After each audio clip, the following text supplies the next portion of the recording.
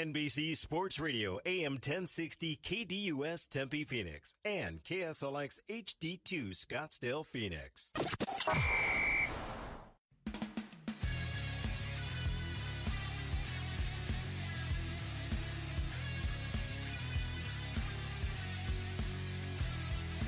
And welcome to Real Hockey Talk, broadcasting today from MOD Pizza off 75th Avenue in Bell, right across the street from Arrowhead Mall.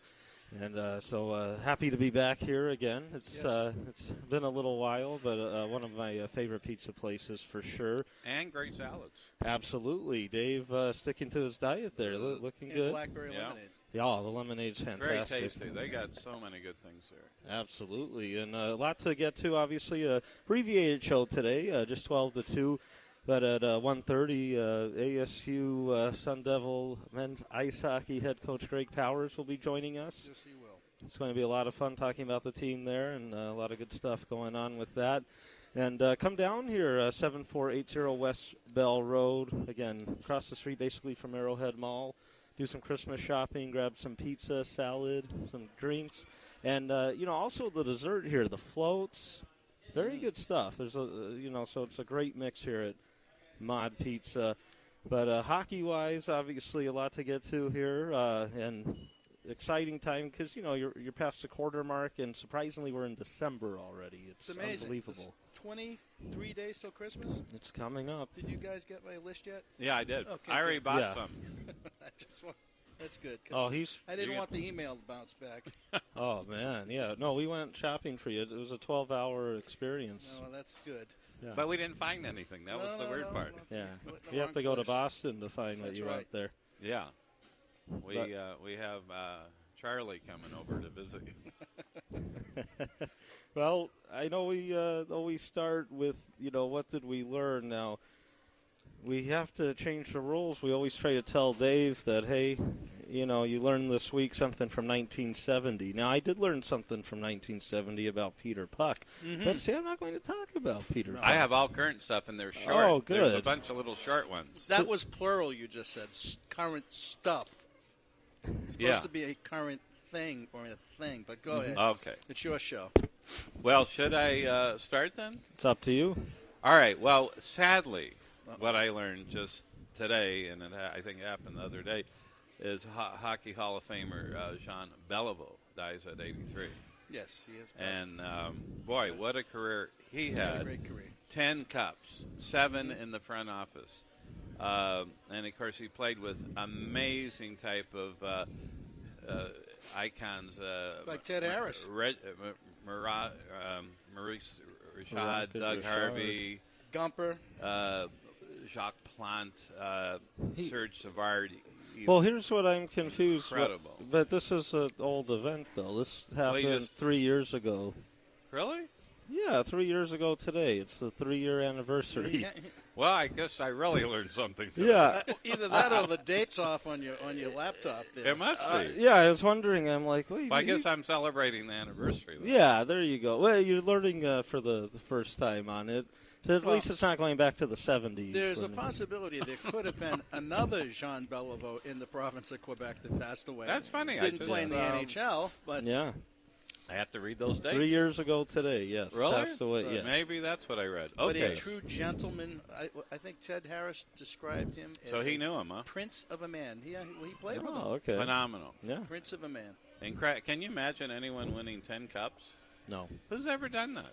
Well, it was easy to do in the original 6 when you dominated. Yeah, Well, yeah, that's right. But Especially nowadays, if you're on Montreal. Yeah, never. Very unlikely we see that again in the salary cap era. Well, then let me do a different one. How about Grabner's 3-goal game last night? 2 were empty net. I'm not sure I heard that before. So you learned that. Yeah, I did.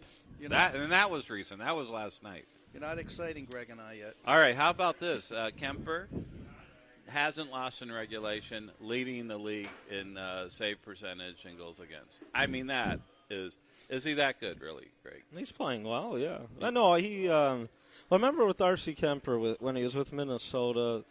Yeah. Well, first he was unknown when they had got him there, but yeah, as a young guy, they thought he'd be the number one guy, and then Dubnyk came in and did that.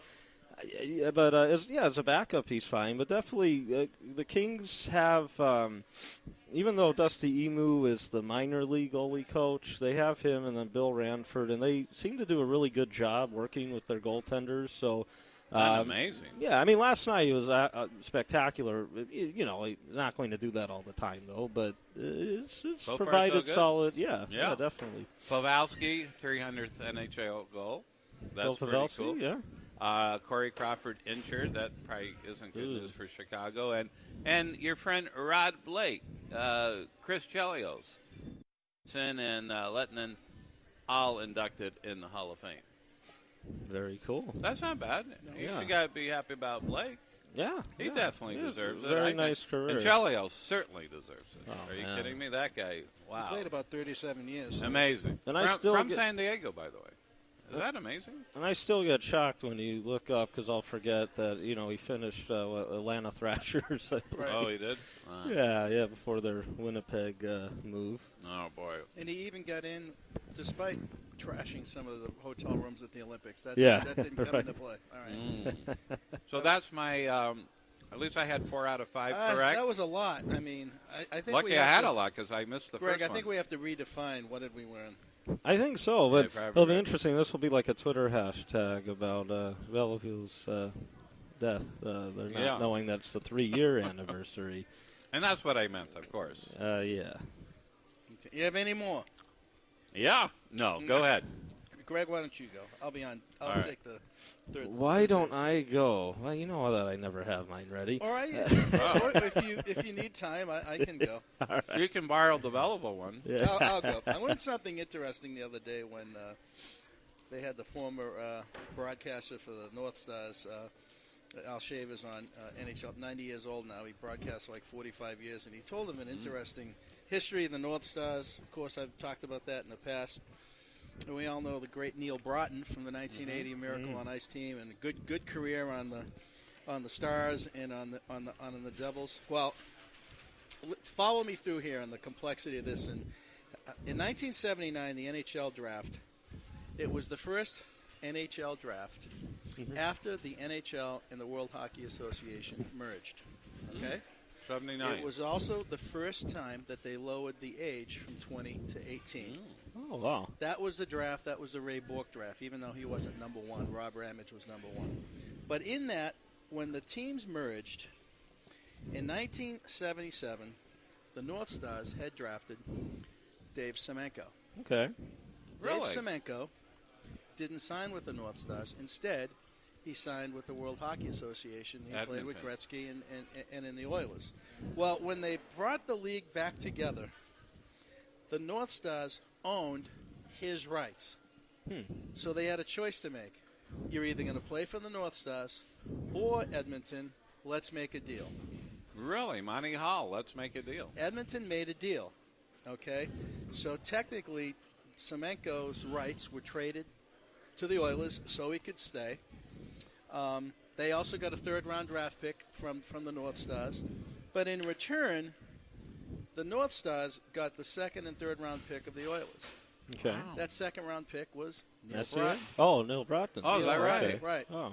The third-round pick that the Oilers used was Mark Messier. Oh, okay. Yeah. I mean, talk about interesting. All these players. And, also of course, if you had a choice, you always take Messier. Right. And- Another little Dave Semenko tidbit, other than being obviously a true enforcer of the game. Oh, yeah.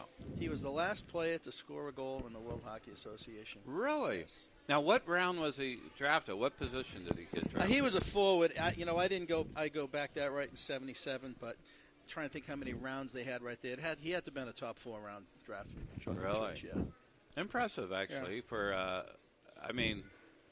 well, Gretzky loved him. That he died just about 6 months Recently, ago. yeah. Recently. I got that one right. But He did. Well, yeah. sort of sad, very sad. Definitely. Gretzky's Pretty had some young. really great enforcers. Who would be better, Semenko or McSorley? I think Semenko could play better. I think he was a better hockey player. Really? I thought Marty was decent. Not like Semenko. Semenko could put the puck in the net with fairly regularity. Okay. In fact, we'll find that out as we segue over to Greg. Well, I wanted to bring up, and Rick probably has an appreciation for the LA Kings if you look back towards that draft where the Bruins traded Ron Graham, the goaltender, for the Kings' first pick, and Ray Bork. Oh, the guy. So, yeah, it's always interesting when you look at all the draft scenarios with trades, things like that. And doesn't mean the Kings would have picked Bork per se, but definitely always interesting and exciting. We reached that mark in the season. We're past the quarter mark, and teams are, at the 26-30 game route soon. And so sort of that time where teams are learning more about each other. Now, I kind of was figuring this already. I've liked what he's done, but Ray Shero, with his move this week, he gets Sami Vatanen from the Ducks. Right. And I haven't watched many Duck games this year, so I don't know how Sammy's been doing. I've heard maybe not his best hockey, whatnot. Adam Henrique goes to Anaheim. With all their injuries, they needed someone that could play center, can score. More of a second-line guy, I think. But maybe even third. Yeah, that's the thing. So Shero, what he's done, now I know he gave up a prospect and pick in it, so, there's some other assets. But if you look at the main pieces the last couple off seasons, he's turned Adam Larson and Adam Henrique into Taylor Hall and Sami Vatanen. So basically upgraded at both positions there. And we've seen New Jersey, how well they've played. And we'll see if this messes with chemistry at all. Because Henrique was a popular guy there and nice guy. They loved him. But on the other hand, the surprising offense that we've seen this year from them and now getting a solid defensive defenseman. Hopefully Vatanen plays well there. They won last night. I watched him a little bit. I mean, I think he's out there to try to help Will Butcher a little bit. Yeah. I mean, he's another fast transition game. New Jersey they're playing pretty well. I still think they're going to slide a little bit. Yeah. But they won last night 2-1. Henrique on Anaheim, when Getzlaff and Kessler come back, he's probably going to drop to the number 3rd spot. Yeah, definitely. But when you have that type of center line depth, that's pretty good. Oh, yeah. And not putting it down too much for Anaheim because you're right. I mean, come playoff time, if the Ducks, with all the injuries, could stay in it, and I think they will stay in it. I don't know whether they make it or not. We'll see. But you kind of look and see if they are to that point and could make it. Yeah, I mean, no one could really match that when you look at that. And that's huge come playoff time down the middle is how you are. And they have depth on the back end, so a move they're able – to make to help their team. And so remember last week I said there's going to be deals. You did. And it's Rick coming. Said it. And if you look at the teams, I think there's more coming right now. Oh, yeah. Well before the trade deadline. Well, Edmonton probably. It's going to be, maybe Toronto. I mean, teams that drop out or teams that want to get back in, there's assets out there to be moved. Yeah. I'm thinking the Blackhawks might want to do something right now. Corey Crawford's hurt. Yeah. They're floundering around 500. That's not going to be tolerated. Yeah. You're going to see more moves well before the trade deadline. Guaranteed. I think so. Yeah, Rick, you were right on with that, though. I remember that. Yeah. Very specific with, and it's a good, when you look at the actual, hockey trades per se, where NHL players for NHL players, and that's what we saw here, and it's kind of fun to see that. Not a rental going for some picks, prospects, things like that. So definitely a good move probably for both teams when it's all said and done. Yes. And so we'll see how everything works out. But, yeah, New Jersey, just been fun to watch. In so fact, we'll I see. think they're here tonight against the Yotes. Mm-hmm. I think New Jersey's in town. Yes. Yeah. That should be, what can you say? The Coyotes. Well, the Coyotes have a benefit that they're not playing back-to-back nights. Yeah. They lost to That's Calgary true. Yeah. the other night, 3-0. Mike Smith dropped, 28 shots. New Jersey Yotes did not look very good at all. No, New Jersey has to come in, play. And New Jersey was in Colorado last night, right? So it's, So at not, it's altitude. not a lot. Yeah. Yeah. Hour and a half flight. But still, it's back-to-back. So it's, but they're motivated. They're enthusiastic. They're on top of their game. So. By the way, Dave Semenko was the 25th overall pick in the NHL draft that year. That's okay. interesting. Yep. Wow. 21st in the WHA. Very Interesting. cool.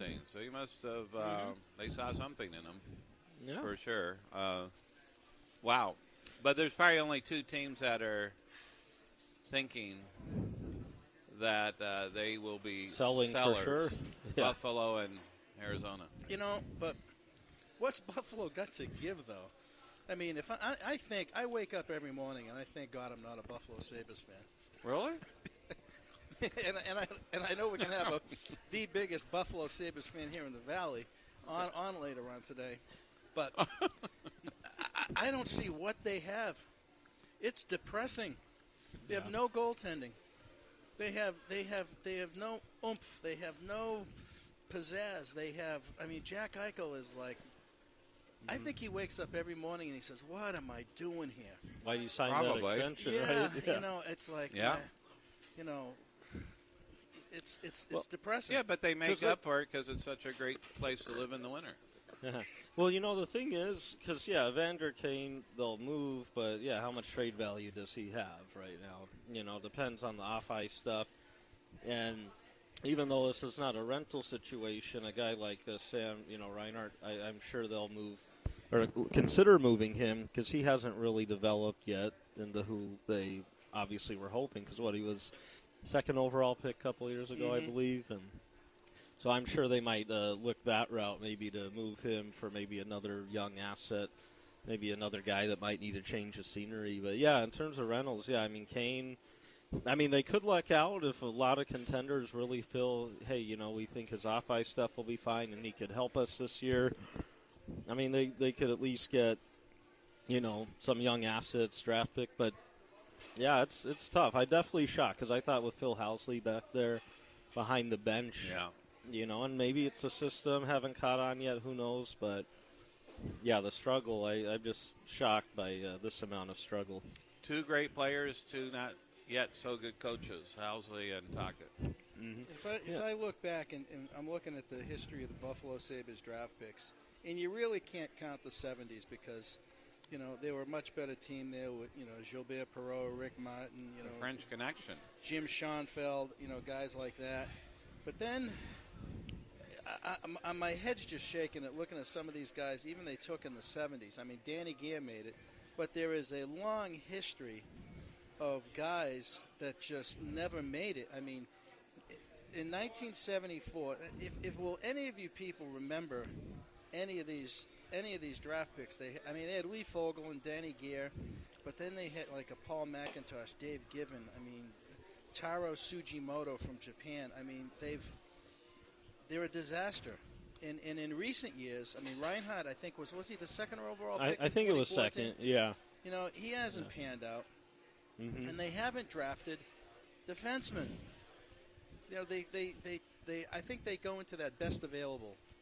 Yeah, which I actually like in a lot of ways if you can handle the assets. So maybe instead of that, you could have moved down, picked up another asset, got a defenseman, or moved one of these forwards before it's too late to get a good young defenseman. But Ristolainen on the back end and not much else. And and when they made the big trade, with Tyler Myers and, they brought in Zach Bogosian, who Bogosian they'll probably move to. I think he might be a UFA after this year. But again, how much is he going to get back nowadays for them? It is very tough and kind of sad to see because there are some exciting things that we thought would go on. And, I wonder if Eichel now might look and say, oh, wait, why did I sign that extension right now? I don't know. I'm from 2014 on, there's a tear in my eye looking at Buffalo's draft picks. Uh-huh. Sam Reinhart was in 2014. Yeah. The next guys in 2014, which should be playing now, making an impact.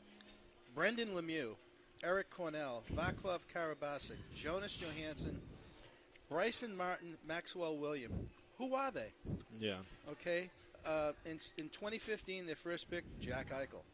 Mm-hmm. Then they took Brendan Gould, Canada, William Borgen, Devontae Stevens, Giorgio Estefan. Nothing. In 2016, Alex Nylander. Okay. Right. Then Erasmus Asplund from Sweden, a Cliff Pugh from Canada. None of these guys made it. Because of their names. In 2017, they drafted Casey Middlestat. And people, there was in the crowd saying, here we are, drafting another centerman. Not drafting a defenseman. They didn't draft a defenseman until the third round last year. The kid from Finland. They're a mess. I'm sorry, they're a mess. I will honestly say right now, the Coyotes are a better organization than Buffalo. Oh my God. Well, yes. Yeah, I mean the future on ice should be brighter for the Coyotes, right? Definitely. If they have a vision, what they want to do with it. Yeah, that's true. Yeah, it's very interesting with that. And with the Coyotes, I mean, in terms of moving players, it'll come trade deadline time. Before that, I mean, really, if you look at upcoming UFAs, I mean, it's not like really could get a lot. So one option could be, with Chalmerson back from injury when he's back, all that stuff, is even though he's not a UFA after this year, maybe you still move a guy like that, even though, he's a guy that you want with these young players, blah, blah, all that good stuff. The thing is that when are you going to contend? And I believe he only has 1 year left on his deal after this, and and that stuff. And then we could talk about Ekman Larsson maybe a bit later where, I know fans don't like to hear it, and I know Chaika said, I'm not moving it. Well, GMs say that. And I think you might get to the point where you got to seriously consider moving a guy like Ekman Larsson because, again, he only has 1 year left. And, that's something that I'm sure a lot of teams would jump on, and you could probably get quite a bit back. True. But it's that depressing hamster wheel. Yeah. It's the same thing year over year. Yeah. You pick up guys, you pick up contracts, and then you try to go youth movement. It doesn't work. Halfway through the year, let's stop moving guys and start over again. Eventually, that has to stop. Exactly. That has to stop. I mean, you're either going to draft well and put a team with identity. I mean, they brought in a new coach specifically to do that. Mm-hmm. So, is he your foundation or your blue line? Well, I mean, and that's the thing. I mean, maybe he is, but on the other hand, because he only has 1 year left after this, and kind of got to talk to him a little bit and see. Because what if he says, "Hey, maybe." I don't know if I want to commit here because you're eligible to give him an extension this July 1st, but before then, you talk a little bit and see. But we'll talk more about it after the break. We're broadcasting from MOD Pizza, 748 West Bell Road here in Glendale, right across the street from Arrowhead Mall. This is Rural Hockey Talk on NBC Sports Radio, AM 1060. We'll be right back.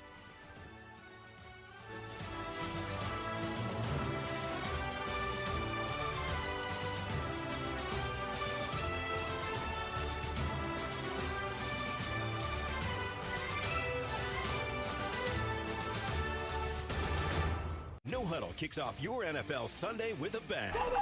Catch the best pre- and post-game NFL show here on NBC Sports Radio Sunday morning, and then in the afternoon, recapping the action.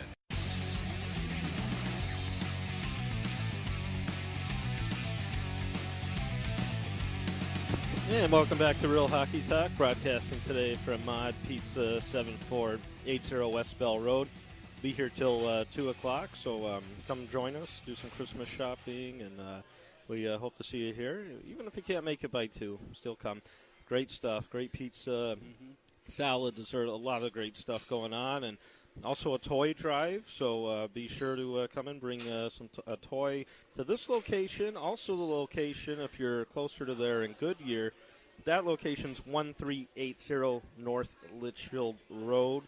So definitely always a great thing in the holiday season, the toy drives that help kids less fortunate and unwrap toys. And then also December 4th through the 6th, so this Monday through Wednesday, if you do bring a toy, from 5 to 8 p.m., you get 15% off your pizza at this location in Arrowhead and in the Goodyear location. So toy drive, bring a toy whenever. But the 15% as well, Monday through Wednesday of this coming week, 5 to 8 p.m. is when that goes on. But good definitely, deal. absolutely. But definitely help out those less fortunate and bring some toys, grab some pizza, and have some fun. We can even give a free autograph if they come on during the show. Yeah. We'll absolutely. But they'll want an autograph on a check from you. It would be Peter. That's probably the only worth Peter Puck right there. And that's Peter questionable. Peter Park, you like that? Peter I like Park. it. I That's remember awesome. that. See, it's a better Long image ago. if we're televised, but this is Peter Park in the 70s. Google it. Yeah, it was fun. YouTube it. I It was remember called it. Teaching hockey. I wasn't born yet, but I remember So it. we're going to do a version here in the Valley. It's going to be called Pedro Puck, as we try to get You know my son-in-law? Hispanic. Try to get a Hispanic our- audience. He knows Greg's brother-in-law. Oh, yeah. You gotta grow the Well, they game. go way back. Yeah. We have to grow the game. So I'm going to have Well, that's true. Definitely. Pedro Puck T-shirts and bring them out to the Coyotes games and get fan base going. Fill those seats. All I can say is I hope they bring a minor league team in. Well, Oh, wait, they but do that's- have one. that- I'm sorry. Yeah, we can't. All right, that was not a nice It'd be too. comment. It's too depressing if we start talking about 2018 hockey in the Valley. It's- Well, we can't- Houston's excited, we- but we- we'll talk a little we bit about can't- that. Hey, I want to kick off a new segment here. This is Yeah. going to be at the demo. I'm gonna sponsor it myself. You are? Yeah, with my, if anyone needs Aflac, give me a call. The first coach to be canned in this hockey season segment. So let's have two questions. The first coach that will be canned and the first Should coach be. that should be canned. Oh, okay. Okay. Maybe it's the same one. I don't know. First coach, I think we have competition for the first coach to be canned. I think so. And I think it's a tight race Yeah. between Barry Trotz, Bruce Boudreau, Bill Peters in Carolina, and Dave Hackstall of the Flyers. And I bring that up. Well, they did make it 3-1 You didn't mention against the Bruins. Edmonton? No, I don't think I fire McClellan. He didn't pick the team. Huh. I'd fire the GM. Huh. Yeah. Peter Chiarelli did the same thing to the Bruins. He did win a cup in 2011, but he saddled it. The worst contracts left with the Bruins right now have Peter Chiarelli's names on it. That's true. Tuukka Rask and David Krejci.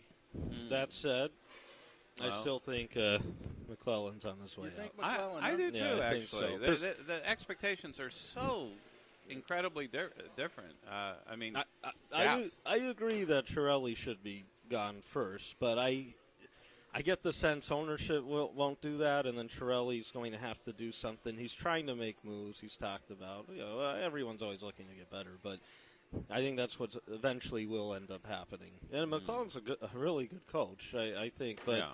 it's a tough situation there. Well, there is a rumor kicking around the halls of Rogers Place or whatever they call it up there in Edmonton. Great Right. building. Haven't been in there. There is a hotline right to Dave Tippett.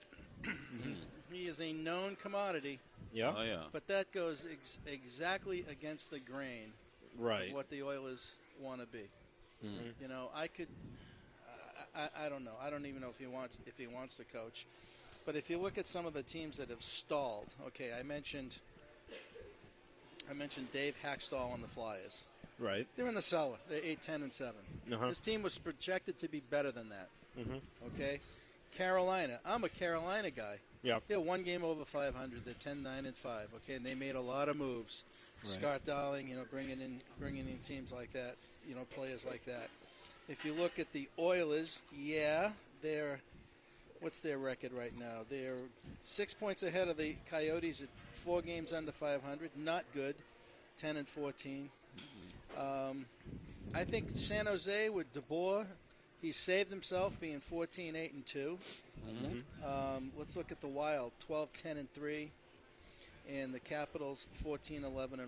I think both those guys are in the hot seat. Yeah, no, that's interesting. Yeah, I mean, I think McClellan, but in terms of who should be, I mean, it might be a little for me with that too, but I think, and this is a tough one, really, maybe Hacksaw with the Flyers, because I think with Carolina, they'll He almost start got fired turning it last around. year, Peters. Yeah, and he did, but, a tough loss last night to the Rangers. Game over 500 nowadays is nothing really because of how good the league is. They do have some games in hand over some of the teams in front of them. But I think they'll give Peters maybe a little more time. But, yeah, with Philly maybe, and I expected a lot from the Flyers this year, but because of the last 10, they only have one win and 1-4-5. So, yeah, they've lost a lot of close games, but still, you got to get the production and then the 2 points. And so I could see that maybe happening. It'll be interesting with Ron Hextall, sort of what he has in mind over there with the Flyers. If he goes out, has someone in mind. Because Hextall, reminds, as a GM, I think would be the type of guy that already has a replacement in mind if he wants to make the move versus, we just got to do something. We're struggling. I can't make a trade. I could see that kind of being the picture. So if Hextall has someone in mind to maybe replace Hextall. Hextall to Hextall. Exactly. Then maybe you do it there. But I think that could be maybe the guy I would say might be deserving who should be right now with Philly. Now, I'm going to say something very controversial. No one's going to like it. However, as much as I like Rick Tocchet as a player, I really thought he was awesome. And he was awesome. And he fit in well with Pittsburgh, obviously. You can't go this long. I mean, they are fall short from where they were last year. And, I mean, far. And but not only is it, my opinion is this, not only probably he should be, even though it's not it's over 25% of the season, but the way they play, the inconsistency, there's no often sense of urgency. But I'm going to go further than that. Why an organization, such a losing organization for years now? Sure, they've had adversities and stuff. But, the on-ice product's one thing, but the corporate environment there, with some exceptions, why they have the same people there in various departments is beyond me. They haven't proven anything. No. Their attendance is still horrendous. They're 78% capacity. You're losing money at 78%. They're 95% on the road. Right. There's a big gap there. And, I'm not going to mention any names, but, I mean, why they have the same people doing the same thing, that's the definition of insanity. And, from marketing to PR to communications, I mean, it is horrendous. Player development. Our friend Jim Neal we love, and he does a great job. A big shout-out to Jim. Right. And but I don't know. But, maybe I don't know why. I mean, if you're an organization, would you have the same people over the last 3 ownerships? I mean, especially a do-nothing type of performance. That just shows you how powerful and key Shane Doan was in that locker room. Oh, yeah. I think so. Keeping that team semi on the railroad tracks. And the way they handled that, not the best in the world. No. And I don't know, did they even honor him yet, or are they going to honor him? Yeah, they will. But I haven't heard anything. But even shame on them, they haven't even brought that up. I haven't heard anything. And that's a PR lack. No, they are. No, it was out there a little while ago. But that's if he shows up.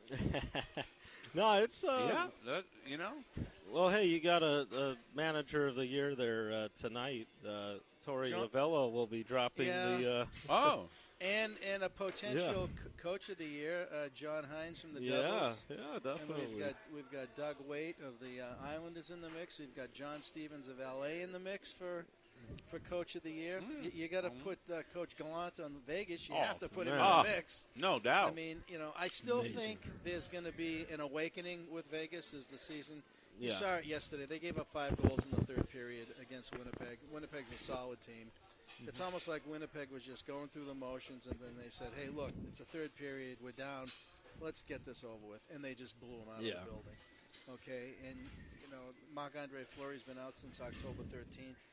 They need him back. But the coaching carousel is going to be interesting. The trade movement between now and the deadline, I think, is going to be – the next 10 games in the league is going to tell a lot because most teams have played 25, 28 games right now.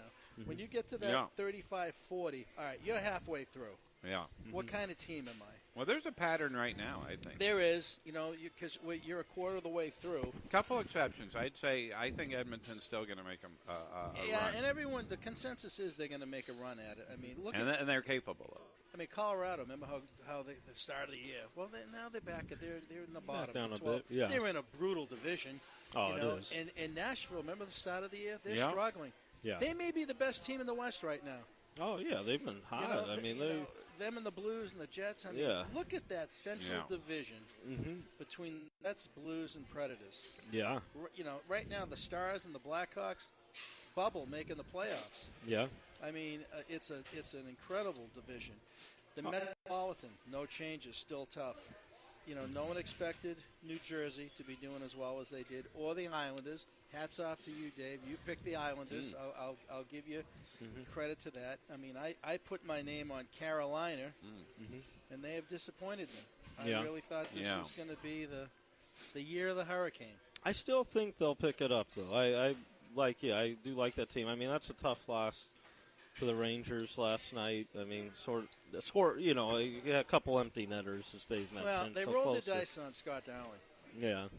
And sometimes it's tough. I would have, too. I mean, from watching him with Chicago, you could tell. I mean, he seemed like the real deal, not just a little fling there. And we'll see. I mean, things could hopefully turn around. Now, with Detroit, even though we expected them to be bad, and they are bad right now, they started pretty well. They're under 500 now. I wonder if they may, at some point, if Kenny Holland might decide to make a coaching change, even though they're honestly doing better than I thought, being just a game under 500. I wonder what's going to go on there, or with the potential rebuild, because they do have some good young forwards, especially on that team, but I don't know. Ken Holland might be too old school, old generation type. True. That I don't know if he knows how to do like a proper rebuild, and they might just sort of be in that gray area where they are bad, but will have to luck out and hopefully win the draft lottery to get in the top 3, because they may not be bad enough. Even though I actually thought they'd, finish at the bottom of the East. Which still could happen, but, you know, Buffalo has decided to say some stuff. Detroit's in year 3 of a goaltending controversy. Howard and Mrazek. Howard and the coach, they had Blastel. They had words, was it last week? Yeah, I think so. You know, down the runway, they were kind of, heckling each other. Not a good thing.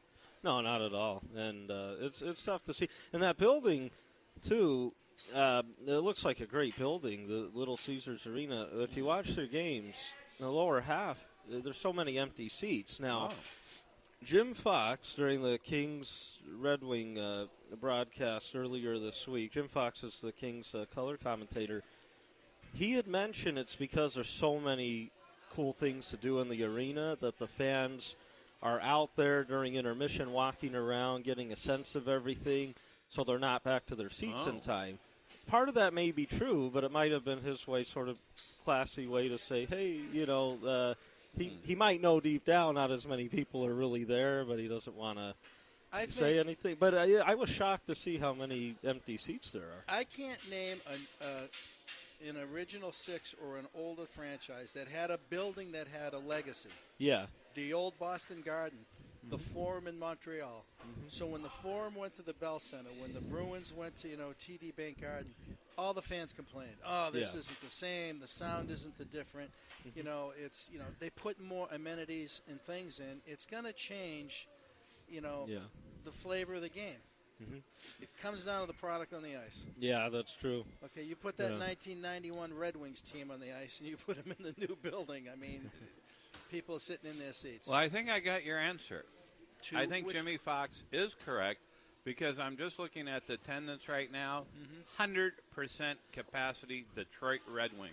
And that's true, but they might sell the tickets, and Fox mentioned that they are all sold. But 3rd in the league. Maybe people aren't going per se, but he definitely could be right with that. I mean, there are new buildings where it's like that, but definitely the enthusiasm isn't there, because, as Rick mentioned, the product isn't. No. And for so many years, they were used to. I mean, this was one of the great organizations, probably in all of sports. No question. But they were able to do for that long. Who's number 1 in attendance, by the way? Let's see if anyone can guess. In fan attendance, got to be Toronto. No, it's Chicago. 109% capacity. What does that mean? That means they have standing room only. Yeah. No, it's impressive, but though. But wait a minute. Standing room only is a ticket. Yeah, you pay for it. Okay. It's still parts. They still have a fire code how many people you can get in the building. You're either 100% or you're not. That's like the person says, I'm giving you 110% today. Well, what does that mean? It's probably from the seats and within the capacity. But it is impressive. Montreal second, Detroit, and then Philly's right behind them. Yeah, Toronto's at 102%. They just have lower capacity. But still, these Tampa Bay, What's Coyotes? Coyotes a number, I believe, 28 out of 31. They're 77% capacity. What's the Florida Panthers? Florida's right Oh, at yeah, 29. And then you got the Islanders. I don't know what's up with that. That's because they're in 73. Brooklyn. Yeah. The And arena your is team, not a Carolina. hockey arena. Okay. Way down. All those teams we talked about right there Yeah. are subject to be moved. Yeah. I yeah, agree. the whole Yeah. owner Right. there with Carolina and his Yep. sons, I think, are they Kamanos, still in a right. fight? I mean, yeah. You know what? I'd move him. I'd love to see him back in Hartford. Oh, that would be great. You know. Oh, that'd be sort And of nothing cool. against It's not gonna Carolina. happen, I'm right. sure it's great, but I want to see any team, in Hartford. Right. I think that would be great. I mean, Florida has been struggling. Yeah.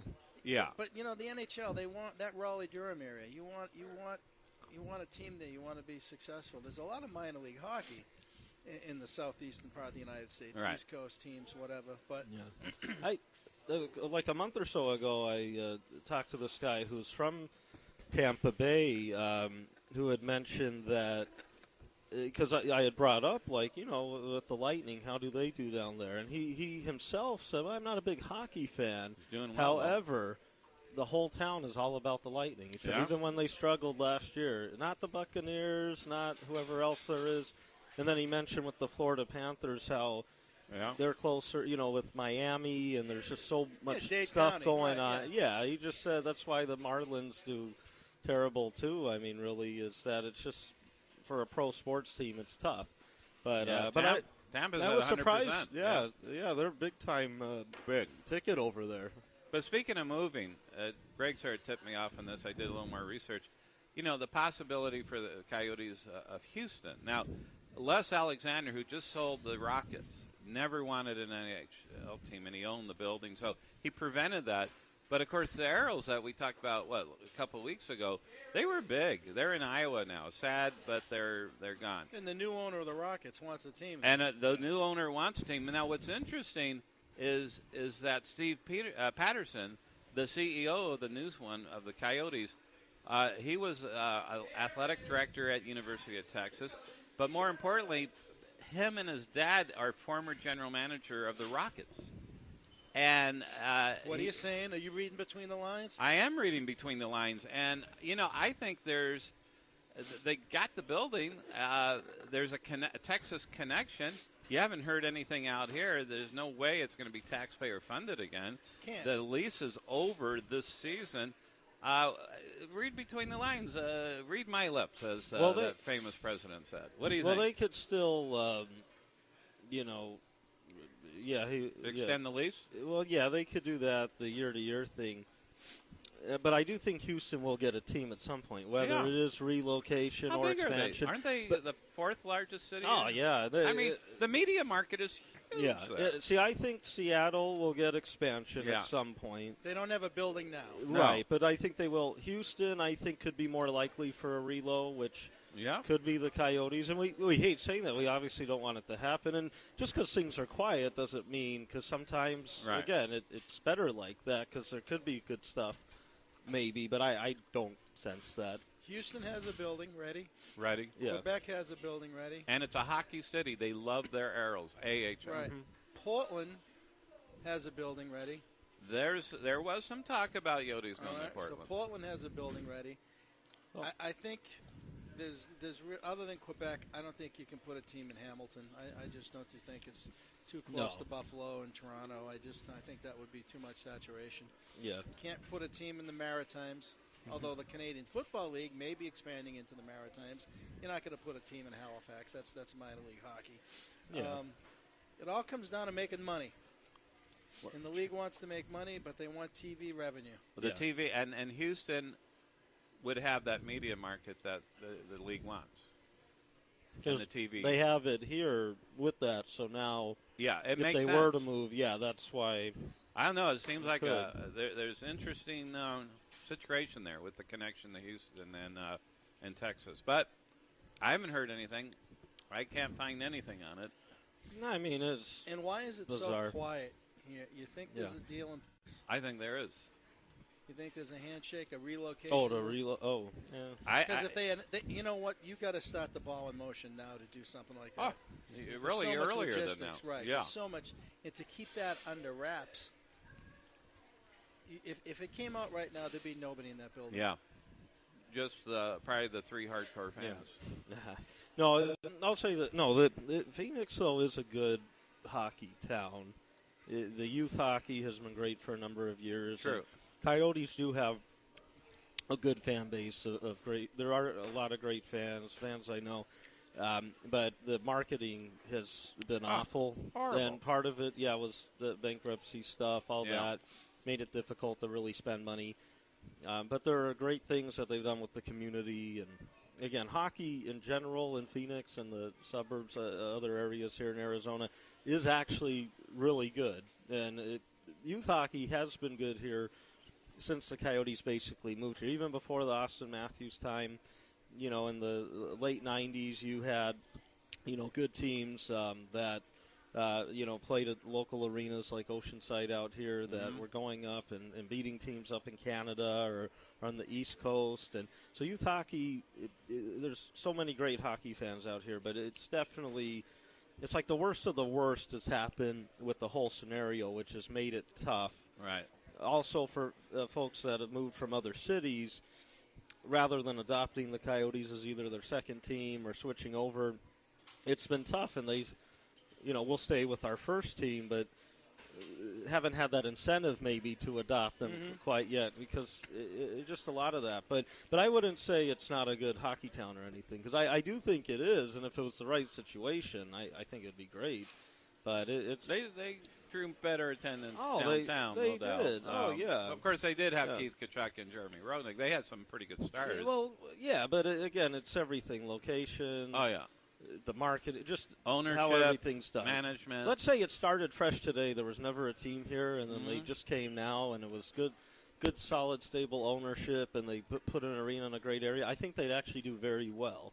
But because of all that's happened, even if you could start fresh, unless some local billionaire or something can just jump in, which I don't see happening. I don't know how I would have had stay. a nice building closer in the East Valley. Yeah. I'd do double headers on a Friday or Saturday with ASU Division I hockey before, that would be cool. Before an NHL game. That's good marketing. Matinee, right? Do it'd be things like great. that.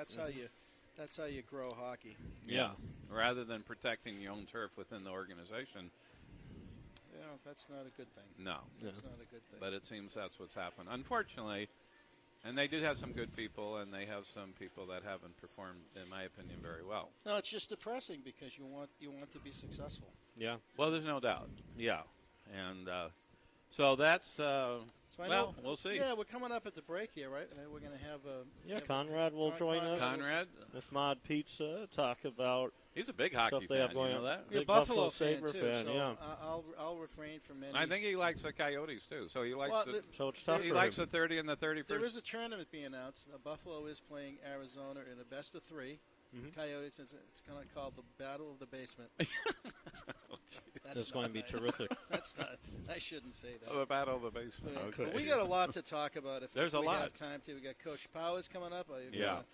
Talk ASU hockey at 1:30. We've got an outstanding NHL class of rookies this year that are amazing. reinventing the game. Incredible. And how what do they good all are. have in common? Speed. Yes. Speed. The game is in a change right now where the marginal, when you're not that top six forward right now, you're going to have trouble getting jobs because you're very easily supplanted by that young kid that you're going to give him 3 years to.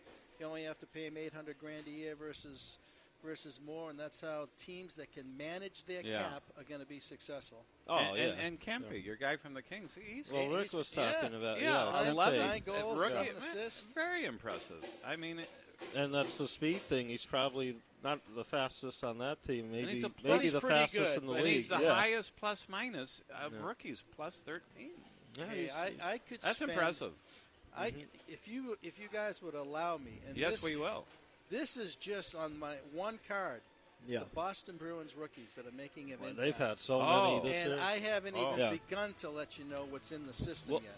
Oh, is that right? Oh, well, they're definitely doing well. We'll talk about that a little more. We'll talk to Conrad here with MOD Pizza in Arrowhead, 75th Ave in Bell, broadcasting today for another hour until 2. This is Real Hockey Talk on NBC Sports Radio, AM 1060. We'll be right back.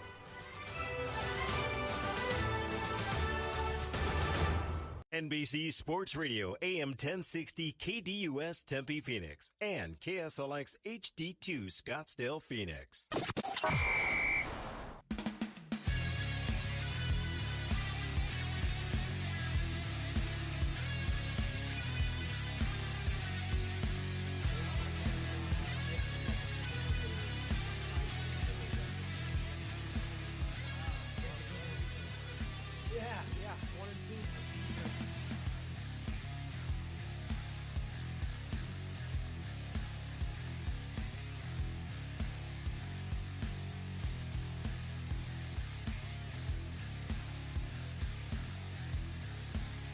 And welcome back again. You are listening to Real Hockey Talk. We're at MOD Pizza, our favorite place, with our favorite GM, 75th Avenue and Bell in, I think this is Glendale, right? It is.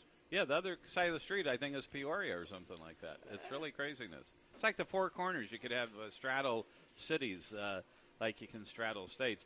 So I'm Dave alongside Rick, the hockey guru. Greg is getting refreshments, and we have Conrad West, GM of MOD Pizza. Conrad, nice seeing you again. Oh, thanks for having me. Thanks for coming in. And, Always a pleasure. Appreciate the time, guys. Thank you. Yeah, no doubt. So you're a big hockey fan, but let's talk first a little bit about MOD. I just love this place. From the environment to the service, excellent. To the quality of the pizza, the salads. You can see I'm having a salad now. I love your salads. But are you sort of more well-known for your pizzas, you think? Well, yes, we are, being MOD Pizza, but a lot of folks come in. We actually just started a new thing here. We got some new bowls and stuff like that. I noticed this. Cool bowls. Yep. We kind of got a new procedure for the salads going on, and I think it's drawn in a little bit more to the salad end of it. But good. We're still turning some pizzas here. We're turning some pizzas today. Yeah, well, that the pizzas are delicious, and for those who have not yet experienced excellence at MOD Pizza, you make your own. You say, let me have some of this, and let me have some of that, and you have such an assortment of ingredients and different things you can put on a pizza. That's the beauty of it. When you're here going down that line, putting your pizza together, it's your world. So we want you to have what you want, get it in a couple of minutes, and not go breaking the bank for it. Yeah, there's no question. Very reasonable prices. And what I also enjoy, by the way, not just the food, the service is outstanding. And I don't know if it's just part of your hiring practice, your training, or just getting the great services from your people. But they also make they remember names too. For the regulars. I think that's a really nice touch. That's part of the gig. When we see our folks coming in, we totally appreciate everyone that comes in here. We got some folks that come in a little bit more than others. Oh yeah. We totally love seeing their faces come through the door, and everything here from when I get somebody new on the staff to where they're at today makes me proud to see the folks that have come along. And they do a great job. Like in hockey, they have general manager of the year. We would vote for you, Oh, GM of the year of MOD Pizza. That's a lot of hype. I might have to live up to it here. Oh, your people love you. They always say very nice things, and you really do have some really good people. Thank you. No question about it. What else? Is there anything else? You have beer, right? Yeah, and wine. We have a couple of local beers on draft. And as a matter of fact, $2 on Tuesday for a 16-ounce. So that's our beer special there. I've got a couple of different wines on tap from up out of Washington. Got some bottled options as well. And again, put your pizza together how you'd like it in 3 to 5 minutes. It's yours. And if you want dessert, I assume you still have that. You can put that cinnamon glaze on a pizza thing. Boy, is that delicious. We have cinnamon strips here that we do for dessert. Nice light bake on those guys. And we also have No Name Cake. They're, how do I say this? They're kind of akin to a certain former Hostess product. Exactly, yeah. I'll say that. But ours are made without preservatives and all that. So very tasty. We got a couple options. Yeah. Such a great place. Assortment of really good drinks. I like the caramel iced tea, the regular iced tea, and then got lemonade. I mean, you really have a good selection of different types of beverages, which is always good for kids and adults alike. All the teas and lemonades we do in house every day. Nice. So those guys are always fresh. Which is really cool. So, anything else you'd like to? Yep. That we missed about real MOD quick Pizza. here. I do want to say this: Monday through Wednesday of next week. That's December 4th through the 6th. If someone comes in, brings in a unwrapped toy, we're having a little toy drive for the holidays. If you come in, bring an unwrapped toy in to us, we'll go ahead and knock 15% off the order. Oh, wow. So nice. Anytime Monday through Wednesday, come on in and we'll honor that for you. Wow. So bring it. You said unwrapped. Yep, unwrapped. Toy. Bring it in. I got a couple of boxes set up here, and nice. We'll kick a little bit off the bill for you if you can help make somebody's holiday a little better for them. There's no doubt. So not only will you feel the joy of giving, yes, MOD will also give to you too. Absolutely. A 15% discount, Absolutely. Which is really a cool thing for an organization to do. Yeah, I like that a lot. Excellent. Any others? Any other type of things going on? Well, just on a whole, I will say this about MOD Pizza: we do really like to give back to the community. We just had our Spreading Modness go through, which kind of works hand in hand with our birthday, which is in November, along with Thanksgiving. We had, I believe it was last week there. I'd have to look at the dates on there, but I believe it was last week. For every dollar that came in, we went ahead and donated to charity. So oh, wow. We do like to give back what we can. We're community driven, and we really enjoy it. And it's a very successful organization. What, originated in Seattle? Is that right? Up in Seattle. We started in 2008, and we've been working our way, south and east now as we grow, and company's really growing at a tremendous rate, and it's just awesome to see. Good to be part of a great organization. Yes, it is. Yes, it is. Yeah, that is awesome. Well, cool. Now, you're a big hockey fan from Buffalo. I am. Too young to remember the French Connection. I was a little bit before my time, Yeah. but I totally appreciate it. I was there just about a month ago now when the Caps were in town. I got to see the game, and I always appreciate seeing out front of the arena there. They do have the statues up of the French Connection. Oh, nice. So. I was in Buffalo for the draft, I guess it was 2 years ago. A couple years ago, yeah. Boy, I love the setup there, where you have the arena. It's connected to that hotel. I think it's a Marriott. It is. And then you have that phenomenal bar. What, 576 it's called or something? 716. I always get that wrong. 716. I went to the wrong door. But the TV goes up like different stories. It's actually, when I was there, I went there, and they have such an awesome setup. I went to college there, about 12, 15 years ago now, and they didn't have any of that downtown. Oh, it's and beautiful. Then, I brought the folks, and it's real nice and convenient. That is fantastic, and we had a really good time, and that was the year that, Austin Matthews was drafted #1. I got to interview him there in Buffalo, and I don't know, I really enjoyed it. Now, I haven't been through a winter there. This was in June, actually. And the weather was great. Play. It's not. So tell us, does that it's cold? It is cold. When you're there I spent 25 or so years of my life there. You get used to it, but after being out here for 10 plus, you kind of get a little unused to it. So when I went back, it was cold. Your blood thins. Yeah, absolutely. Absolutely. Yeah, it does. A little yes. a dusting of snow on the ground. I'm good. I've seen my snow. Let's get back to paradise. You've seen blizzards, I bet. More than one. Are they pretty wicked? Yeah. The thing is when you're in a place like that, a lot of times they have everything in place to prepare for it. So, a lot of folks get nervous. They're going out buying milk and bread like they're never going to be able to do that again. And, there's that paranoia. But for the most part, when I stayed there, they take care of business. It's like New England, it's the lake effect snow that they have. We have northeasters. They have lake effect snow. Oh. 5 feet of it that shuts down the whole. Oh, wow. No football games, can't plow the streets. Oh, yeah. Of course, you're right across the river or the whatever it's called. Lake. The lake Yes. to Toronto. Yep. That's sort of a cool deal. Right around the horn. I actually went up there when I was out there a few times. I never had a chance to go to a hockey game there, but I did get to visit the city a couple times. So, wow. Yeah, they awesome sell place. out all the time. It's very hard to get a ticket. Oh, yeah. I can thinking. only imagine. But nice city, I heard. Right? Oh, beautiful. Yeah. Toronto? Awesome. Yeah, you've been there. Yeah. Gorgeous. I should have gone when I was there at the draft. I don't know they why wouldn't I let didn't. you in. They would have stopped you at the Oh, border. they probably would have. Yes. Right. They would have flagged you. Who knows where I would have ended up? I don't know. But so tell us about your passion for hockey. So I grew up, as I was saying, grew up in the Northeast from a small town. Give them a little shout out, Utica.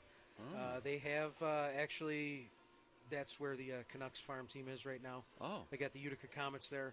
When I was a kid, they had Jersey's farm team there, their American League team. They were the Utica Devils back then. Oh, yeah. And when I was a kid, piqued my interest. I never played. Ended up going to college in Buffalo, and it being such a hockey city, it wasn't hard to get into. And I had already had an interest, being a kid and having hockey around. When I went out there, a lot of classmates and stuff like that, we'd get together, go watch games, started following the team. Oh, wow. To an extent, and then got out here, adopted these guys down the road here a bit. And, I know you didn't give a name to them, these guys. I could understand. Our Arizona Coyotes. There we go. I'm proud of them. It's the games. I've been to a handful of games this season. Beautiful so far. arena, by the way. Oh, it's gorgeous. I love the arena. It's gorgeous. I'd like to see a few more folks in the seats and 2 points at the end of the night, but all we can do is go watch and support the team. Yeah, and get a round trip ticket to probably Houston, where they who knows might move. That's the rumor. We'll see what happens. Yeah, we'll see. All we can do is sit back and enjoy while we have it. So That's I it. agree. And so, what have you? Anyone in particular has impressed you on the Coyotes this year? Well, Keller, without a doubt. Yeah, no doubt. Just lights out. He's got a passion for the game. When I've been there, I sat down low a couple times, and just to see him out there skating is something else. He's the wheels he's got are phenomenal, and he knows how to find the back of the net. So no doubt, he's awesome. I'm hoping we can get some folks to feed off of that, and keep OEL around, keep the leadership that he brings, and just try to keep everybody healthy and get our line straight and. Just progress. Progress is what you'd like to see. You know who I really like, and I think he's going to be big in the league. Maybe bigger than Keller. We'll see. But Perlini, I like that kid. He's big. He has a phenomenal shot. He's fast. He's seems smart. to have somewhat of a consistency to the game from what I've been able to follow and see. Unfortunately, I'd like to follow and see more. Sure. But, duty calls. So, but absolutely. And who was it they just brought up? Strom. Give Strom another shot up from Tucson. Yeah. They just come up and, they've earned it. And, even down there, Tucson, they're lights out. So we get some of those kids up here. Yeah. If he could turn it on like he did in Tucson. Thus far, 4 games, no points. But, we'll see. It's still early. He's still young. It is. And he was 3rd overall pick, right behind McDavid and Eichel, I right believe there. that. Yeah. So we'll see what happens on that. Any other? They've had some, injury problems, goaltending sort of issues. Yeah, I was when I was there. I seen him against San Jose last, and all of a sudden, Wedgwood's out there in goal. Like, geez, what happened? Yeah. And, So get him healthy. Big revenge game tonight, Wedgwood against Kincaid. That's sarcasm. I gotcha. That is good sarcasm. Jersey's in the house here tonight. Yeah, and they're playing very well. Yeah. That should be an interesting game. Yeah. They did play last night. Who knows if they're a little bit tired. But, yeah, Wedgwood, he's done well, but, statistically okay. Only, save percentage of 90, not what you would say elite. But, hey, someone has to do it. For a guy brought in, backup guy, he's fine. But that's not bad. But, ran to 91% save percentage. He's made some pretty – at times he's looked pretty decent, though, but at other times not so good. A lot of these moves not looking good. No, it's a tough one. but we'll hope It for is. the best. Some of the injury stuff, It's rough. it hurts. It does hurt. affects, Yeah. but Well, everyone like I said, battles it. I'm the GM of the New York Rangers, and I got Henrik Lundqvist coming up on 36 years old. And what does that tell you? They moved Talbot and Ranta 2 out of the last 3 years. Well, I guess they didn't think he was his replacement. Yeah. Probably not. Yeah, I mean, you're probably right. And I mean, they saw him every day. of course, that trade didn't work out yet for anyone at this point. We'll Yeah. see what happens. Well, you with never know. Ranta, it's tough because if he's healthy, Yeah. I think he would build some consistency. Yeah. And I know the Rangers liked him. Yeah. But I definitely see what you mean, Rick. I mean, because they could have. I don't know really with Lundqvist what they could have done though, because the money part No, true. would be tough. But the injury stuff is tough. So there's been bad Yeah. luck in there, but it's It's a tough one. something that Ranta's healthy. You know, at some point, hopefully there's some consistency Now, at least. now the two they thought would really hopefully catch on fire. Well, Declare, at times he's looked good, at times not good. But Max Domi, below his production at this point. I'm So not far. sure what's going on. I mean, the puck just okay. doesn't go in for him. Yeah, only 2 goals. I don't know. I mean, 15 points. But, you know, he was hitting, about 55 points? Well, you know. he's on the second year injuries and That's right. really not performing. I mean, so this is So it's really not- his third year in, and he's, I'm a little Yeah. surprised. I like the kid, actually, right? I think talent-wise, it's good. I mean, I Yeah. said we went to the Vegas game 2 Saturdays ago, Oh, and what I'm seeing is he's trying to do too much. yeah, I think he really needs to simplify the game. yeah. He's trying to do when a hockey player on that skill level tries to do too much by themselves, the system breaks down. Yeah. You know, there was like 22 seconds left in the period. He took the puck at the top of the face-off circle. You have to have presence of mind. How many seconds left on the clock to make a play? He just wheeled around all the way around. Yeah, great. You know, holding on the puck. Buzzer blew. No one got a shot off. Well, you know why he did that. No. He's auditioning for Disney on Ice. Okay, well, that's my final opinion. Well, I mean, I have to look at the film again. Probably nobody was open, but yeah, You're right. That's probably it. you know what it comes down to is Yeah. nothing can go wrong by putting the puck on net. That's Nothing. true. That's Yeah. true. Nothing. It's bad rebounds. It's being in the position. It bounces. Put the puck on the net. So I want to get some controversy between Conrad and you, Rick. Okay. Oh boy. Best player ever. I know what Rick's going to say. Best player ever. Well, he's younger than me. Oh, that's. I am. Jeez, I'll take that as a compliment. Yeah, Right. it is a compliment. That's Wow. just Best don't tell player me ever. Pierre Turgeon No, he won't.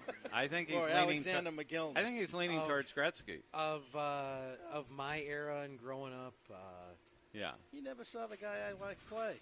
I know, but we'll Other see than- what he you know, says. I Maybe he did. would probably, I'd probably have to go with the great one. Yeah. Just because he holds a title and Oh, as, so a, many. as a kid, Yeah. as a kid when I was coming up, that's getting into hockey. Everybody knew Wayne Gretzky. Oh, and everyone. you look back and you see those and all the records. Yeah. and how the game basically changed for the guy. No question. Yeah, and he's created the West Coast of hockey. Absolutely, Yeah. we I think the Coyotes. So, yeah. He had a lot to do with that. So It's exciting. that's what I'm Yeah. going to say, just based on my short tenure in it. And here's But Rick, that's- because he comes from a If- different if- generation. If you ask my mythical 101-year-old uncle who lives in Montreal, Oh. he would have said Dickie Moore. Oh, And Dave would have said Jean Bellamy. so let's Conrad, guess who Rick's. He's from Boston, so you're gonna might have a clue. Oh, geez, let's go with Robert Gordon. player coach Reg Dunlop. No. Bobby Orr. Bobby Orr. Well, there's an argument for And he's that. going to win that greatest NHL moment. Oh yeah, is that what's? I think it's what's down it? between him and Who is it? how, Gretzky? how old was Jean Beliveau when he died? Those are the two guys. I created that. Well, Bobby Orr, did you ever see film clips of Just him? that's about all. Yeah, That's me about too, pretty much. But exciting. yeah, oh, Definitely innovative and Absolutely. changed the game. So, No doubt. you can't go wrong with either one. I'd probably go with Gretzky, too, sort of my... How old was he when he retired? Like 31? Oh, young. Bobby Orr? Younger. Oh, yeah. 29. It was very So sad. think of that. Oh. If he You're right. would have, man, Yeah. it would have been insane. Did you ever get to? I know you didn't see him live. Gilbert Perreault, phenomenal hockey player. Oh, yeah. From everything and from everything I've seen, read, all that business without a doubt. Yep. Yeah. Without a doubt. Tremendous. That line was Exciting, awesome. Yeah. to say the least. Yep. Yeah, there's no question about it. So either one is a good choice, Gretzky or Bobby Orr. But you're right, Bobby Orr was 29 when Yeah, something. This very is great. young. This is great barroom conversation. This is what makes trivia and it getting is. that next round of drinks going. And let's talk about McSorley versus Semenko. Semenko was a better player. He had way less penalty minutes than McSorley ever get. They're not even close, by the way. Really? McSorley was a pure goon. Semenko could play. I McSorley could play. Check the PIM between the two of them. No, McSorley, the PIF, but he could play too. I mean, he moved up, played forward a little, but even as a defenseman, I think he had like 15 goals one year, and it was all right. I think this is any good. In 1970-71, Bobby Orr's plus minus was 124. Oh my! Are you goodness. serious? Yes. Really? Oh, Plus man. 124. Wow. His career in 631 games was plus 589. He never had a year minus. Wow. His Impressive. rookie year, they didn't even track it in 66. Oh. The next year, his plus minus was 30, then 65, 54, 124, 86, 56, 84, 80. And then the last 3 years, he only played like 30 games, and he was just, he was a plus for all those games. Oh, my goodness. Yeah. That is incredible. That's wild. It really is. Yeah. I know stats don't mean everything. That's a good one, though. But Yes, it is. Well, no, that's amazing, but McSorley, throughout the course of the NHL portion of his career, he had 5 seasons of at least 10 goals, which for a tough guy like that played defense during those years. Yeah, he did. Yeah, two 15-goal years. Not bad. Granted, a lot of good players that he played with, but Semenko also played with a lot of those same guys there with Edmonton. So I'm just throwing that out. McSorley. I like them. The last few years, there wasn't much, and then the situation at the end of the career. But during the prime days, he actually was not a bad player per se.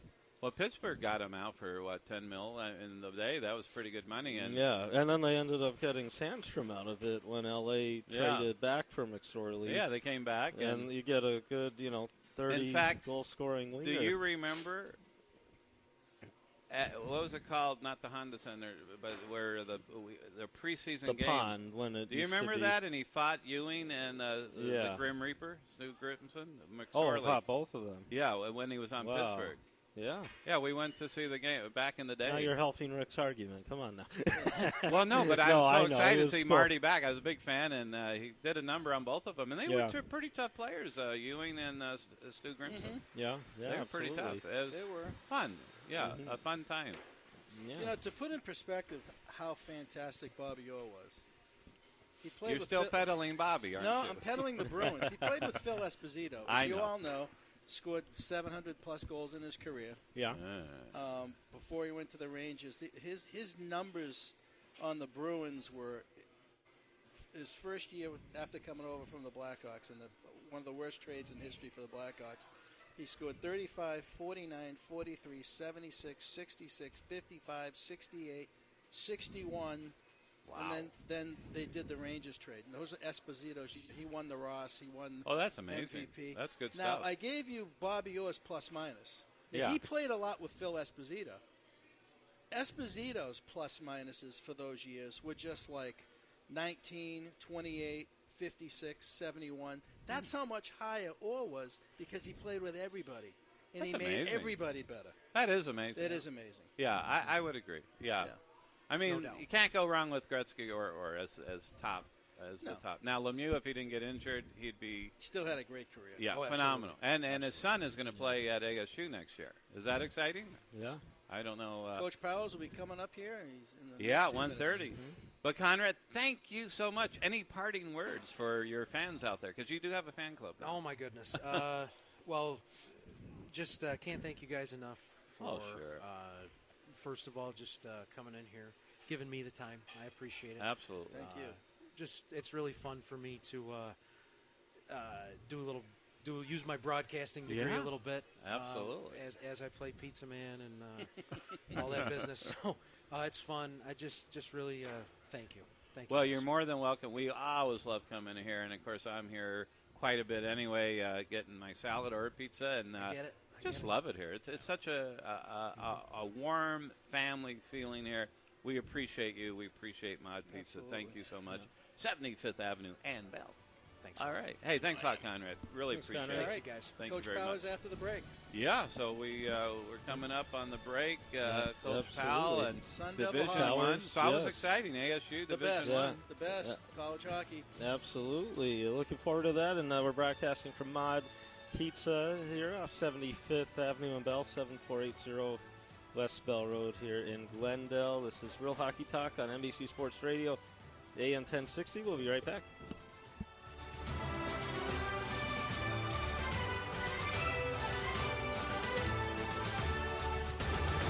Start your game day off right with First Row 60, Saturday mornings at 7, as the guys put you in the first row of sports. Only on NBC Sports Radio, AM 1060.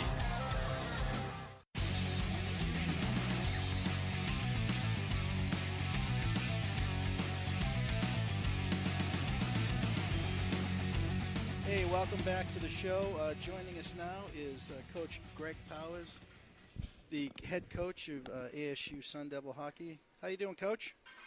Doing great, guys. Thanks for having me on. Hey, thanks very much. I've been out to Oceanside and out to Geel to catch a few games this year. I mean, I'm a big college hockey guy. If you haven't figured that out by now, my roots are in Hockey East and ECAC from back east, and can call guys like Jerry York and Dickie Milley and Jack Parker. You know, teed it up with those guys. Played golf. Love college hockey. Love the blend. Here you are in the desert, D1 program. Obviously, there's challenges. I think that it's fantastic for folks to get out and watch some of the teams that have come in. You got a rare off weekend this week. I know last week you were out in Holy Cross and had a good weekend against Holy Cross. How tough has it been, getting this program going? And what's your vision, and how do you yourself measure success? Well, I mean, success is measured daily, right, for us, and it's just trying to get better every day. We a lot of people have tried to compare us and our model to the same thing that Penn State did, and it's apples and oranges. And the reason it's apples and oranges is, we announced in November, exactly 3 years ago, pretty much to the day, late November, it's early December now, that we were going to go Division I, and we jumped into it in 5 months. So we knew it was going to take a few years to get some traction, and it always takes a kind of a full recruiting cycle of 3 to 4 classes, and we're in our second full season, and we're we can point to some and circle some big wins on our schedule in the last year and a half that shows tremendous progress. So, it's day to day, getting better every day, and building the culture is what we're focused on, and ASU and everybody associated with our program, we're in this for the long haul. So, everyone just needs to stick with it. I've been, following the I don't want to say draft classes, but your incoming commitment, letter of intent guys that come in. You've got some pretty top-notch quality players coming into the program, and I know recruiting is a challenge. It's it's time-consuming. You got a lot of people trying to getting into the living rooms of these kids to have them come here. So when you go into a parent, you're up here in Alberta and Calgary, and you're up watching AJHL games or games in BCHL. What's the lure? What's the is it playing time for these kids, because they've obviously have opportunity to go elsewhere, but they're coming here, and my guess is they're coming here because they know they're going to get to play at the top level D1 against some great programs. Yeah, the highest end kids that we're getting, I think the opportunity to play right away in a new program is certainly probably first and foremost, but. Really, what we're pushing on kids, and what we demand every kid that wears the jersey or truly believes in, is just the opportunity to build something, be a part of something special, build a tradition, build a program. Our mantra at Sun Devil Hockey is be the tradition. You got to go to, the first Pac-12 school to add Division I hockey. the first school in the Southwest, the largest school in North America from a population standpoint, and start a tradition and start a program. And in 20 years, to be able to look back on that when your career's over and say, hey, I built that, I started that, is really a special opportunity for any kid. And we have a group of kids here that buy into it and believe in it. And, we're a team right now. Our best players and the guys getting the most minutes are all freshmen and sophomores because of where we are as a program, and they're all bought into it. And so that's really what we're selling, is just the opportunity to build and be a part of something special. And, Coach, this is Dave, and thank you for being on our show today. The question I have is, are you able to, as you build this, sit back and enjoy it, or is it, since you're in the middle of creating something special here in Arizona, are you going to just wait and look back and enjoy it? How do you go through this process? That's a good question. It's been a whirlwind, and we jumped into it so fast that there really hasn't been much time to sit back and reflect. Now, we obviously have off weekends like today, and then in the off season. I mean, after our first full season last year, I did kind of sit back and just take a breath and go, wow, we beat UNH on UNH's home ice in our first year. We swept UMass in our first year on UMass's home ice. We beat Quinnipiac on their home ice, who was a national runner-up. We beat Ohio State in a shootout on ESPN in our first year. And so you reflect on those moments and obviously cherish them with the players and our staff that we're all going through together. And I think we can all say, and I plan on being the coach here in 20 years, but not much longer than that. But is look back and say we built this and we started it. And, it's a special thing for me. Obviously, I care very deeply about this program and have been here for a long time, and to see the growth of not only our program but just this great game in the desert has been great to be a part of. Thank you very much. Yeah, it really has. One thing that I'm impressed about, and looking at the staff that you've assembled, and that's key, not only for recruiting but also for player development with Coach Hicks and Coach Exelby and Coach Field. It looks like there's a connection there with Western Canada. You've got a connection there with other collegiate experience with yourself and the other coaches, also playing in the National Hockey League, the East Coast, the USHL, college hockey background. I mean, you were able to assemble. I think the staff is fantastic, and hats off to you on that. Well, I appreciate it. When we elevated from obviously club hockey to the level we are now, the first thing I had to do was build an entire staff, and I knew I had to surround myself with great guys. And I operate the program as the head coach, just as the CEO, and CEOs that run companies hire CFOs that are better at managing finances than they are, and they hire chief marketing guys that are better at marketing than they are, and sales guys that are better at sales. So, all the guys that I hired, they're great at what they do. I let them do their jobs. I don't stand in the way. We all know what our roles are, and I just manage them. And at the end of the day, it's working really well. We're getting really good kids to come here and play. We have great recruiting classes, scheduled out for the next few years. And yes. And are there tangible results right now from a win and loss standpoint? Not really, but our record is better than it was a year ago, and minus 2 games. Any loss that we have had has either been by a goal or on an empty net. So we're very competitive. A couple bounces here and there, and a stronger power play. The record could easily be flipped. So we got a lot of hockey left, and we're playing our best hockey right now. So we're excited to get back to it next week against Princeton. And the CEO mentality, and I saw it firsthand when I pop into some of the Tuesday morning practices over, and what you're saying, I mean, it hits home. I see it on the ice and on how any good manager delegates and trusts in its staff, and I see how the guys are running the practices for you, and how everybody seems to be bought in. I'm impressed with the skill level that I'm seeing on the ice.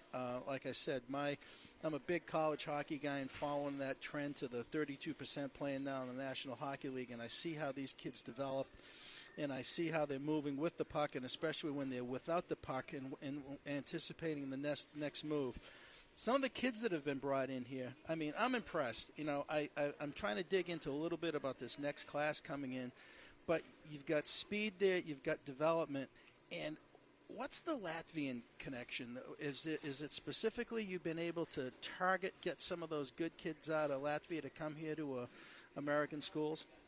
Well, not necessarily. I mean, we made the decision early that obviously we're going to have to go get some older kids to be competitive right away, because the younger kids are snatched up, you know, at a really young age in hockey. And so, you know, we're just now kind of getting onto a level playing ground as far as who's available and as far as that goes from a recruiting standpoint. But the two Latvian kids that we have were kind of just, you know, ironically, completely unrelated. They were both over here playing junior A hockey, and you know, I started really watching them closely when they were in the World Junior deal last year for Latvia, representing their country, and loved how they played and what they brought to the table. I knew that both wanted to play college hockey.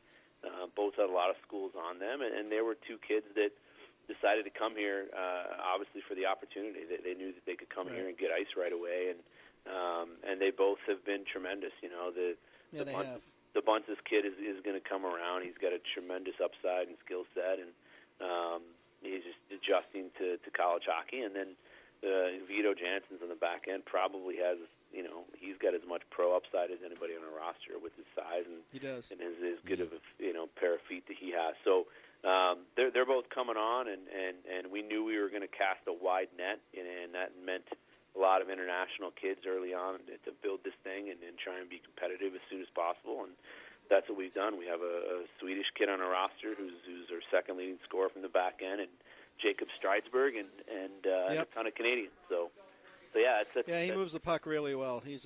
I like him on the power play too. He's doing a good job. Yeah, and he can shoot Coach, it. He can shoot it. Yep. Let me ask you this: you got a very well-known son of an incredibly well-known hockey player, Austin Lemieux. I guess we'll be playing next year. Does that a couple questions regarding that? Is that how much pressure does that put on Austin, being having such a famous, incredible father, and also what does that do to your program? You know, not only his talent, but you know the name recognition. Well, you know, I think first and foremost, and the reason that we got Austin is we recruited him. We recruited him because we liked him as a player, regardless of his last name, and I think a lot of schools, you know, probably went the other direction and at least gave the appearance to Austin that they were recruiting his name, and we made it all about him from day one. Hicksy obviously had a connection from his days of playing in Pittsburgh with Mario, but throughout the entire process, we spoke to Mario maybe once or twice, and then and made it all about Austin. He can you know, obviously with the genes that he has, can really think the game, and he's a special player, and he had some academic stuff. He's ready now. Like from a hockey standpoint, he could help us right now, and he will help us right away next season. But he's getting his academics in order and training and practicing with us. He's already put on 13 pounds of muscle since he started.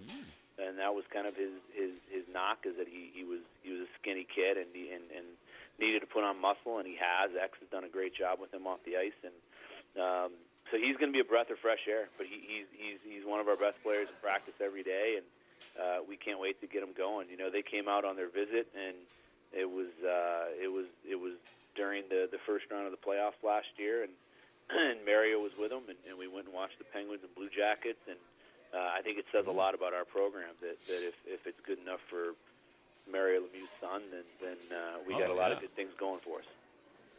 Yeah, and he has good size at 6'3". Is he still growing, or is he stopped? Well, he's putting on muscle. I don't think he's going to grow vertically anymore, but he's but good size. Yeah, he's a really good player. People are going to see how good, you know, and in 2 or 3 years he's going to be elite. He's got a special mind for the game, and he can make plays and sees the ice unlike really anybody else that we have.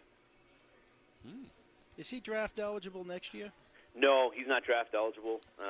Complete late bloomer. Okay. So, you know, he went to the Penguins development camp and did really well. We had 4 other guys go to development camps last year, and they all did really well. So, after our first season, to send that many guys to camps is a feather in our cap, and we want to send more this year. It is. A couple other questions, and we have some time left here. My roots, as you can pick up on my Boston accent, I didn't live that far away from North Andover. And your goaltender, Joey DeCourt, played a little bit at North Andover High, who played my high school team where my kids played, and then he went over to Cushing Academy. And I have a friend of mine that refs in that league back there, and gave me a little bit of a scouting report saying he was the real deal at that level.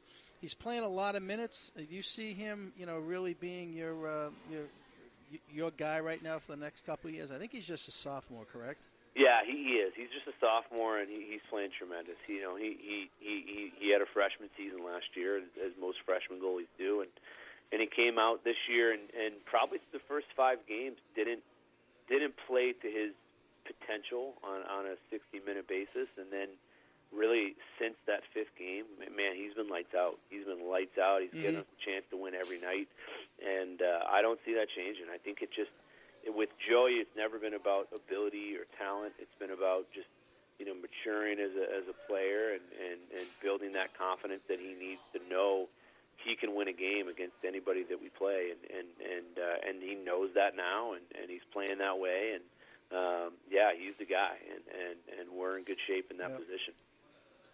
And it makes a big difference when the team knows that, too, because you play a little bit differently when you know you can turn around, you got somebody you can trust.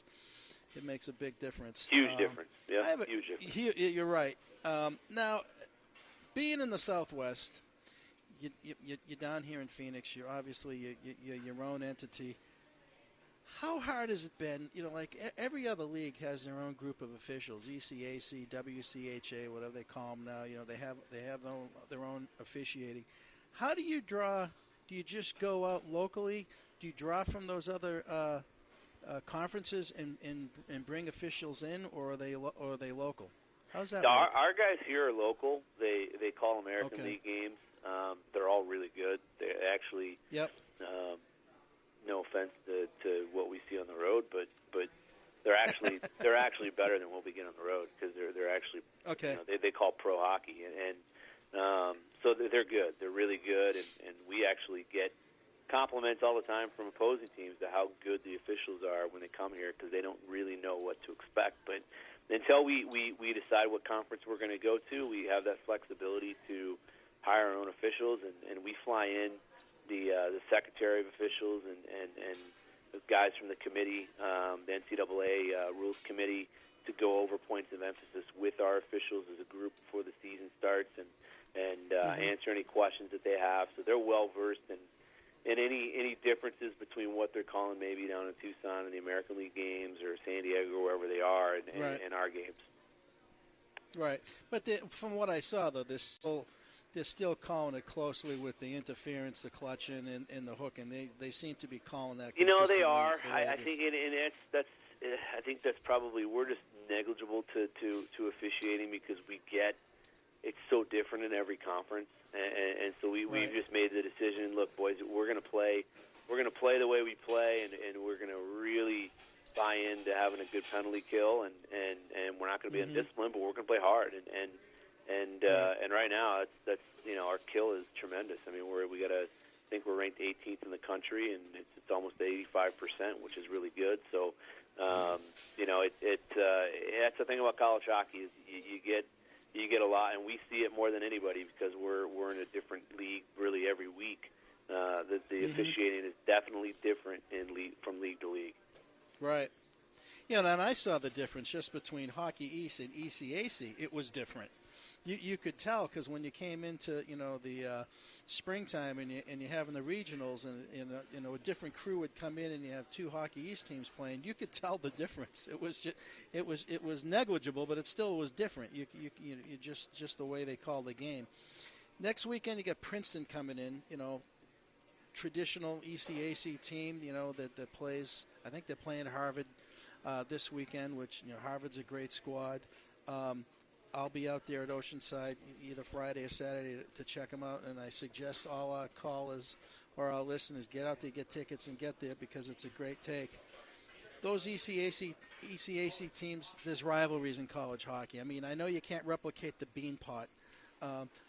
How do you try? Is there a way you can try to develop a rivalry at this stage in the program, or do you just don't take that into question?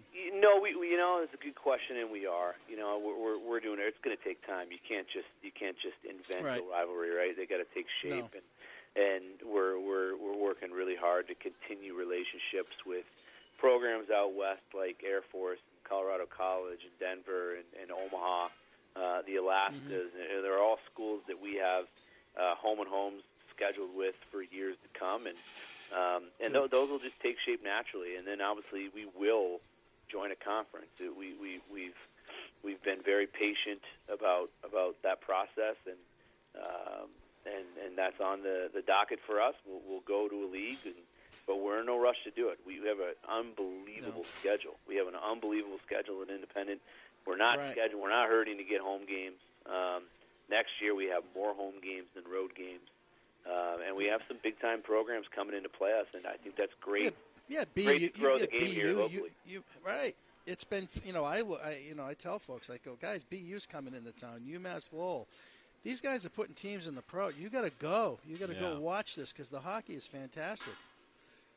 Now, absolutely. Coach, you got something going on in Las Vegas. Isn't that coming up? We have two tournaments here. So we end the semester with home games against Princeton, and then we're up at Colorado College the week after, and then we break for Christmas for about a week, and then we go to a tournament in Pittsburgh at PPG Paints, hosted by Robert Morris, and then we come back, and then we go to a tournament up in Las Vegas, playing at T-Mobile. So it's good for our guys. That's awesome. We're independent, so we want to play in as many in-season in tournaments as we can, and give them some hardware to play for, and that's the thought process, And so we have a bunch of those lined up for the next couple of years, and the guys are really excited about it. That is exciting. Is that the first week or two in January, the Vegas one? The Vegas one is the first weekend in January, yeah. Okay. Yeah. That's exciting. I may just head up there because that's, first of all, a beautiful stadium, and the hockey's been well received there, and it should be a lot of fun. Holiday tournaments in college hockey are key, right? Bean Pots in February; those are on consecutive Mondays. But is there any talk about hosting one here down in the valley, out at Gila River, and bringing 3 other top-notch teams in? Absolutely. We did our in our hybrid year, which was kind of our halfway first season. 2 years ago, we hosted the Desert Classic with Yale, Michigan Tech, and UConn. Yale, Michigan Tech, and UConn out at Gila River. And then last year we did it up in Prescott. This year we're breaking from it so we can go to these 2 tournaments, namely in Vegas. But next year we'll continue with the Desert Classic, and I'm almost positive it's going to be at Gila River. So it's exciting. We got some good teams coming in: Clarkson, Minnesota State, and Merrimack. Merrimack. I talked to Coach Mark Dennehy because he's out here already trying to line up a golf game with me. So, and I will oblige. I'll take care of him. But no, Merrimack's another. I mean, there's a program that I watched in the day at Hockey East where they were a program that struggled. They played in a small building, a very small school. I mean, and they just recruited really well, turned it around, and now they're they're an entity. I mean, look what Quinnipiac has done as a program. I mean, it's fantastic hockey, and I can't say enough of people out there. Go watch these games. It really is. The kids play with passion. It's fast. And that's the key word. They're just college hockey is very passionate, and these kids every weekend in college hockey it has playoff intensity and playoff implications, and people that come out will see that. And like you said, you mentioned 2 programs that it took time. It took time for them to build their cultures and build arenas. And Quinnipiac's a great example. Rand started that program. He was there when they were a Division III program and was retained and slowly built it up brick by brick. And he's a guy that I look up to a lot and has been very good to me and have leaned on for some advice and some guidance. And he's been great. And that's what we're going to do here. We will have an announcement real soon on a beautiful on-campus first-class facility, and we're building this thing brick by brick the right way, and most importantly, the sustainable way. Now that's so. When will that news be official? When you think that? I can't give you an exact date, but I can tell you very soon. Great. Well, that is fantastic. I mean, having a venue. I mean, I like going to like going to Oceanside. It's one thing, but I know you want to get more people in the seats there, right on the campus, than what you can hold there. So. We do. We think once we get that arena, obviously it's gonna give us an even bigger uptick in recruiting, and we're recruiting well at Oceanside, but it's not a long-term solution, nor has it ever been for us. But it's serving its purpose right now, and we're going to look back in 5-6 years on how we started it and how we built it, and smile. So. Yeah, when you bring those kids and families in for that weekend and you walk them, it's one thing to walk them around campus, but then you bring them over to where you practice, where you play, and where the workout facilities, whatever. And you need to put a showcase together right now. I mean, it's competitive out there.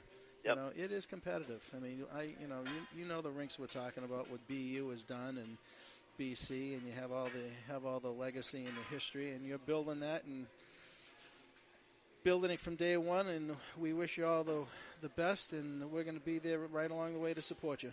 Well, I appreciate it, guys. All right. Thank you. Thanks so much. Thanks, guys. Good Take luck care. Next weekend. Hey, thanks so much. Have a great weekend. Thank you very much. What a great coach. Yeah, it great is. person. I mean, I can't say enough about it. I've been out here 7 years right now. I still have my UNH season tickets that I give to my friends to keep them. So I've had those for 20 years. Really? Right, just because it's special. You know, and it's exciting. Yeah, I mean, BU is coming into town. Yeah. UMass Lowell is coming into town. Some really good great, teams. Yeah. Great. You know. Well, we appreciate Coach Powers, and we'll have him on again, of course, we will. As the season progresses.